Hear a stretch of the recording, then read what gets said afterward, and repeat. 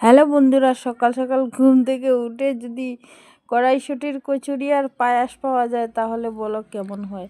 বোন আমার হাতে চুমু দিচ্ছে, আমার বেবি আমার হাতে চুমু দিচ্ছে, খেতে দারুণ হয়েছিল।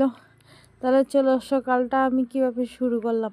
সকালবেলা ঘুম থেকে উঠেই আমি আগে ভগবান স্নান টান সেরে ঘরের কাম সেরে ভগবানকে সেবা দিয়ে তারপরে মুখে একটু সিরাম লাগিয়ে নিলাম। এইদিকে আমার পুচু পটি করে আমার জন্য ওয়েট করছে। তারপরে ওকে ক্লিন করে এসে দেখো এগুলো সিদ্ধ করে রেখেছিলাম। এগুলো এসে তারপরে তো পুর বানালাম, বানাচ্ছি।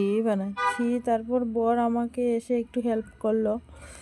ও হেল্প না করলে হয়তো এত তাড়াতাড়ি করতে পারতাম না। ও একটু আমাকে হেল্প করেছিল।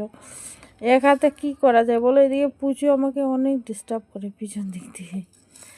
আর তোমাদের কি খবর? আজকে এটা হলো আমার একটা মিনি ব্লগ।